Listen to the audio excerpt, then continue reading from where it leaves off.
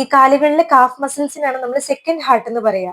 ഇത് നമ്മുടെ താഴത്തെ ബ്ലഡിനെ തിരിച്ച് നമ്മുടെ ഹാർട്ടിലേക്ക് പമ്പ് ചെയ്യാൻ സഹായിക്കുന്നതും ഇവ തന്നെയാണ്. അപ്പൊ ഈ കാഫ് മസിൽസിനെ ഹെൽത്തി ആക്കി വെച്ച് കഴിഞ്ഞാൽ നമ്മുടെ ഹാർട്ടിലേക്കുള്ള ഒരു പ്രഷർ കുറയുകയും അതുപോലെ കാലുകളിൽ ഈ രക്തം കട്ടപിടിക്കുന്ന പ്രശ്നങ്ങളൊക്കെ ഉണ്ടെങ്കിൽ, വെരിക്കോസ് വെയിൻ പോലുള്ള കാര്യങ്ങളൊക്കെ ഉണ്ടെങ്കിൽ അതിനൊക്കെ നന്നായിട്ട് കുറയ്ക്കാനും, നടക്കുന്ന സമയത്ത് കാലുകളിൽ തളർച്ച, കാലുകളിൽ വേദന, കാലുകളിൽ നീര്, ഇത്തരത്തിലുള്ള പല പ്രശ്നങ്ങളെയും കുറയ്ക്കാനായിട്ട് ഈ മസിൽസിനെ ഹെൽത്തി ആക്കി വെക്കുന്നതും വളരെ ഇമ്പോർട്ടന്റ് ആയിട്ടുള്ള ഒരു കാര്യമാണ്.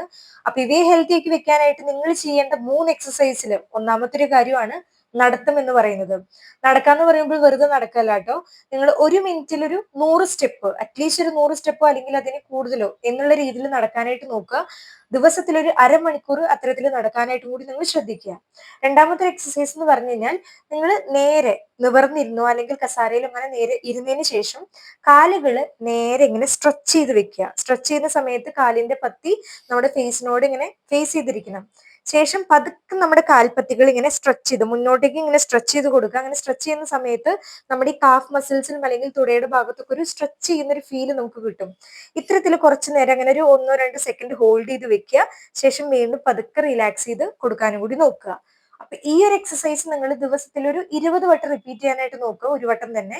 അങ്ങനെ ദിവസത്തിൽ 2-3 വട്ടം ചെയ്യുന്നതും വളരെ നല്ലൊരു കാര്യമാണ്. മൂന്നാമതായിട്ട് നിങ്ങൾ ചെയ്യേണ്ടത്, നിങ്ങൾ നേരെ നിവർന്ന് നിൽക്കുക. നിവർന്ന് നിന്നതിന് ശേഷം നമ്മുടെ കാലിന്റെ വിരലുകൾ കുത്തിയിട്ട് ഉപ്പുറ്റി മാത്രം റൈസ് ചെയ്യാനായിട്ട് നോക്കുക. ഉപ്പുറ്റി ഇങ്ങനെ റൈസ് ചെയ്യുമ്പോൾ നിങ്ങൾക്ക് എഗെയിൻ നമുക്ക് കാണാനായിട്ട് പറ്റും, പിന്നിലത്തെ ഒരു മസിൽസിൽ ഒരു സ്ട്രെച്ചിങ് നമുക്ക് ഫീൽ ചെയ്യുന്നത് കാണാനായിട്ട് പറ്റും. എഗെയിൻ നമ്മളൊരു 5-6 സെക്കൻഡ് ഹോൾഡ് ചെയ്തതിന് ശേഷം പതുക്കെ നമ്മുടെ കാൽപ്പത്തികൾ നിലത്ത് വെക്കാനും കൂടി നോക്കുക. ഇതും നിങ്ങളൊരു 15 വട്ടം റിപ്പീറ്റ് ചെയ്യാനായിട്ട് നോക്കുക. അങ്ങനെ ദിവസത്തിൽ ഒരു 2-3 വട്ടം ചെയ്യുകയാണെങ്കിൽ അത്രയും നല്ലൊരു കാര്യം തന്നെയാണ്. ഇവ കൂടാതെ സ്വിമ്മിങ്, അതുപോലെ തന്നെ സൈക്ലിങ്, ഇതും നല്ല എക്സസൈസ് തന്നെയാണ് കേട്ടോ. അപ്പൊ ഇത്തരത്തിൽ പറയുന്ന കാര്യങ്ങളൊക്കെ ചെയ്ത് നിങ്ങളുടെ കാഫ് മസിൽസിനെ സ്ട്രോങ് ആക്കി വെക്കാനായിട്ട് കൂടി ശ്രദ്ധിക്കുക. എല്ലാവരിലേക്കും ഈ അറിവ് ഷെയർ ചെയ്ത് കൊടുക്കുക. Stay healthy.